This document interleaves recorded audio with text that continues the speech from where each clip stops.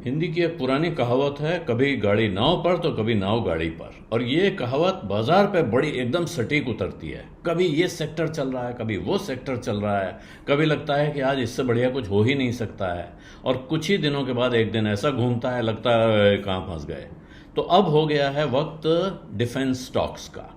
बहुत ही ज़बरदस्त स्टोरी पिछले कई महीनों से बल्कि सालों से चल रही है कि डिफेंस में ऐसी ज़बरदस्त कमाई होनी है कि क्या कहने हैं।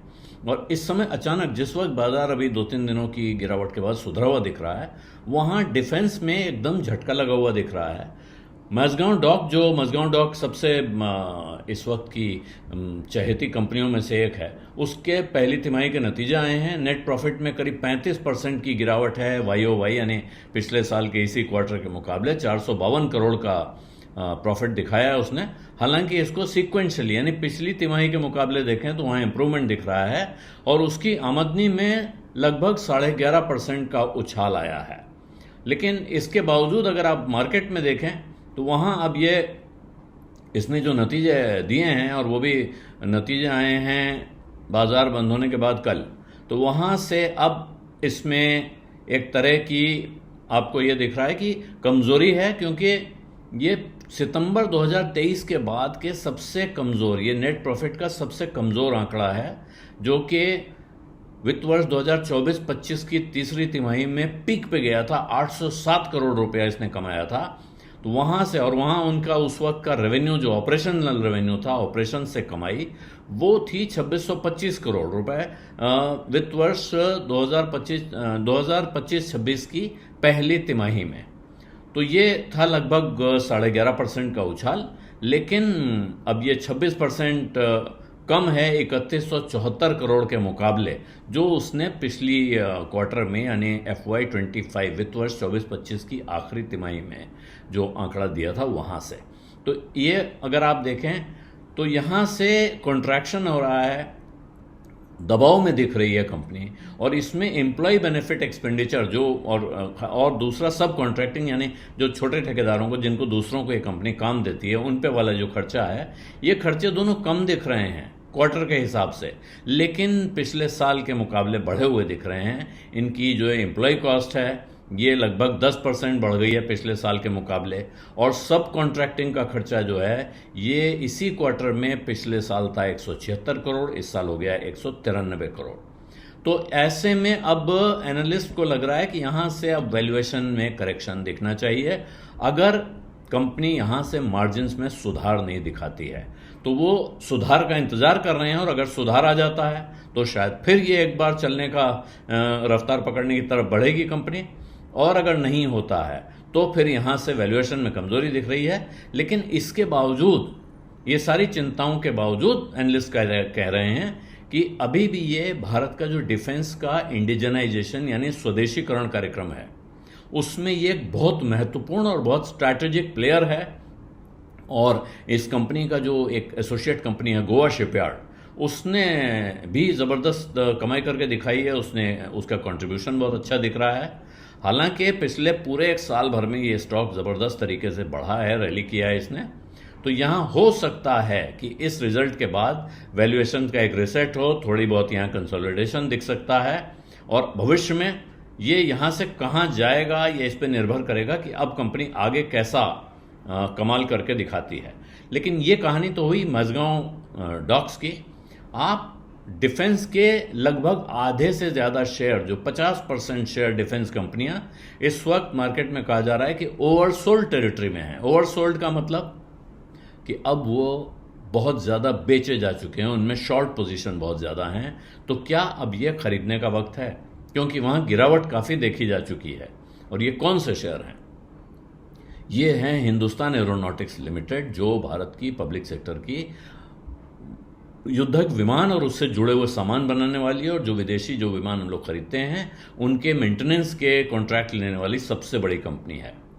दूसरा है GRSE garden reach ship builders, और तीसरी है BEL यानी भारत इलेक्ट्रॉनिक्स लिमिटेड। ये कंपनियां, और निफ्टी का जो डिफेंस इंडेक्स है उसका रिलेटिव स्ट्रेंथ इंडिकेटर जब से ये इंडेक्स बना है तब से सबसे नीचे के स्तर पे पहुंच गया है। ये लगभग 15% का करेक्शन इस इंडेक्स में दिख रहा है, जून में जो इसका हाई था वहाँ से। तो ऐसे में लगभग आधे शेयर ऐसे हैं जो ओवरसोल्ड टेरिटरी में हैं। इसका मतलब क्या हुआ? क्या अब यहाँ से एक ज़ोरदार खरीद का मौका यहाँ दिखता है डिफेंस के स्टॉक्स में? ये सवाल है बाजार में। और ऐसे में अगर रिलेटिव स्ट्रेंथ इंडिकेटर 30 के नीचे दिखाई पड़ता है तो फिर वो दिखा रहा है कि यहाँ पे ओवरसोल्ड माना जाता है, और ओवरसोल्ड का मतलब होता है कि बहुत लोगों ने बेच दिया है। ये खरीदने का मौका बन सकता है, यहाँ पे खरीद के कमाई की जा सकती है। तो इसमें अब मोमेंटम भी चेंज हुआ है। ये डिफेंस के सेक्टर के सारे स्टॉक्स को ट्रैक करने वाला इंडेक्स है। तो करीब 14 पीरियड डेली RSI इसको कहते हैं, 14 दिनों का रिलेटिव स्ट्रेंथ इंडिकेटर जब देखेंगे तो ये 30 के नीचे चला गया है। तो ओवरसोल्ड बिल्कुल क्लियर कट है। और ऐसे में दूसरी तरफ अगर देखें तो ऑपरेशन सिंदूर के समय ज़ोरदार तेज़ी अचानक बाजार में था कि डिफेंस कंपनियां चलेंगी, अब उनको अच्छे क्वार्टर ऑर्डर मिलने जा रहे हैं। तो हुआ यह है कि 7 मई को जब ऑपरेशन सिंदूर लॉन्च हुआ है तो वो एक तरह का टर्न अराउंड पॉइंट रहा भारत के डिफेंस सेक्टर के शेयरों के लिए। यहाँ तो बढ़ा लगभग 35%। 7 मई को ये जहाँ था वहाँ से 35% बढ़ा है। 6 जून को 9,195 पे पहुँचा है ये डिफेंस इंडेक्स, सिर्फ 52 ट्रेडिंग सेशंस में। और उसके बाद मई से जून में ये जो ज़बरदस्त रैली आई है उसमें लगभग सारी कंपनियों ने ज़ोरदार कमाई करके दिया है। 63% सबसे ज़्यादा, और जो सबसे कम जिस कंपनी में बढ़त हुई है वहाँ 4%। लेकिन इसमें 10 से ऊपर और 20 से ऊपर, 30 से ऊपर, 50 से ऊपर 60% तक के रिटर्न देने वाली कंपनियां रही हैं। और वहाँ से अब ये पूरा इंडेक्स एक साथ लगभग 15% करेक्ट हो चुका है। RSI 30 के नीचे चला गया है। आधे से ज़्यादा डिफेंस स्टॉक्स ओवरसोल्ड टेरिटरी में हैं। तो यहाँ सवाल उठ रहा है कि क्या अब ये शेयर खरीदने लायक हो गए हैं, यहाँ पर इनमें खरीद बनती है? तो बाजार के अगर गणित पे चलने वाले लोगों से कहेंगे तो वो कहते हैं कि हाँ, यहाँ खरीद का मौका दिखता है। ज़्यादातर RSI की गणित से देखेंगे, कंपैरेटिव एनालिसिस अगर आप करेंगे तो दिख रहा है कि डिफेंस इंडेक्स ने अपने जो बाकी पेयर्स हैं या निफ्टी 500 के मुकाबले देखें तो उसको अंडर परफॉर्म किया है लगभग 11% से। और इंडिया डिफेंस इंडेक्स 11.65% गिरा है, जबकि निफ्टी 500 में सिर्फ 3.49 लगभग 3.5% की गिरावट आई है। यानी कि डिफेंस शेयरों में ज़बरदस्त आपको कमज़ोरी दिखाई पड़ रही है। तो अब प्रश्न यह है कि क्या ये खरीद का वक्त है, खरीद का मौका दिख रहा है? तो एक अच्छा सपोर्ट दिख रहा है। जो जानकार गणित जोड़ के बात करते हैं उनके हिसाब से यहाँ एक अच्छा सपोर्ट दिखाई पड़ रहा है। और अगर अब टेक्निकल चार्टिस्ट के हिसाब से अगर यहाँ से हाई पे हाई, हाई पे हाई बनता है, हायर हाई और हायर लोज बनते हैं चार्ट पर, तो फिर वो इसको एक अच्छा संकेत बता रहे हैं कि यहाँ से खरीद की जा सकती है। लेकिन आपको ये खरीद करनी है कि नहीं करनी है, ये फैसला आपको या तो खुद करना होगा, अपनी रिसर्च के आधार पर करना होगा। किन कंपनियों में आप पैसा लगाना चाहते हैं सोचना होगा।